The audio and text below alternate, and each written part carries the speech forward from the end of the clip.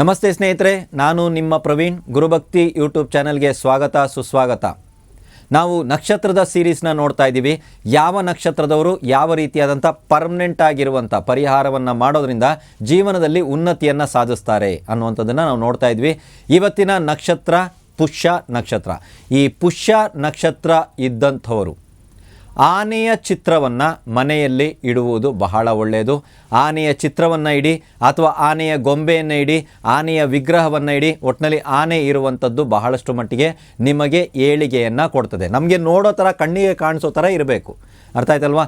ಅದೇ ರೀತಿ ಶಿವನ ಆರಾಧನೆ, ಶಿವನ ಪೂಜೆ, ಶಿವನಿಗೆ ಸಂಬಂಧಪಟ್ಟಂಥ ರುದ್ರಾಭಿಷೇಕಗಳು, ಶಿವನ ದರ್ಶನಾದಿಗಳು ಅಂದರೆ ಹಳೆಯ ಶಿವನ ದೇವಸ್ಥಾನ ಇತ್ಯಾದಿಗಳಿಗೆ ಹೋಗುವಂಥದ್ದು, ಶಿವನ ದರ್ಶನವನ್ನು ಮಾಡುವಂಥದ್ದು ಇವರ ಜೀವನದಲ್ಲಿ ಉನ್ನತಿಯನ್ನು ಕೊಡ್ತದೆ.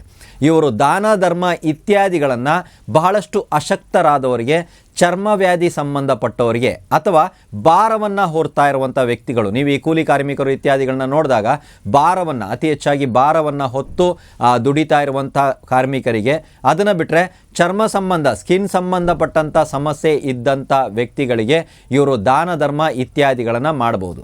ಅಥವಾ ನಮ್ಮಿಂದ ಆಗ್ತಾನೇ ಇಲ್ಲ, ತುಂಬ ಅಶಕ್ತರಾಗಿದ್ದಾರೆ, ಅವರಿಗೆ ಆ ಸಮಯಕ್ಕೆ ಬೇಕಾಗಿರುವಂಥ ಅವಶ್ಯಕವಾಗಿರುವಂಥ ವಸ್ತುಗಳನ್ನು ಅಥವಾ ಪದಾರ್ಥಗಳನ್ನು ಅಥವಾ ಆಹಾರವನ್ನು, ಬಟ್ಟೆನ, ಇನ್ನಿತರ ಯಾವುದೇ ವಿಷಯಗಳನ್ನು ದಾನದ ರೂಪದಲ್ಲಿ ನೀವು ನೀಡೋದ್ರಿಂದ ಜೀವನದಲ್ಲಿ ಬಹಳಷ್ಟು ಮಟ್ಟಿಗೆ ಏಳಿಗೆಯನ್ನು ನೀವು ಕಾಣ್ತಾ ಇರ್ತೀರಾ. ಇದು ಪರ್ಮನೆಂಟ್ ಪರಿಹಾರ ಇರೋದ್ರಿಂದ ಕಂಟಿನ್ಯೂ ಮಾಡ್ಕೊಂಡು ಹೋಗ್ತಾ ಇರಿ. ನಿಮ್ಮ ಜೀವನದ ಬದಲಾವಣೆಗಳನ್ನು ನಮಗೆ ಕಮೆಂಟ್ಸ್ ಮೂಲಕ ತಿಳಿಸಿ. ಎಲ್ರಿಗೂ ಒಳ್ಳೆಯದಾಗಲಿ.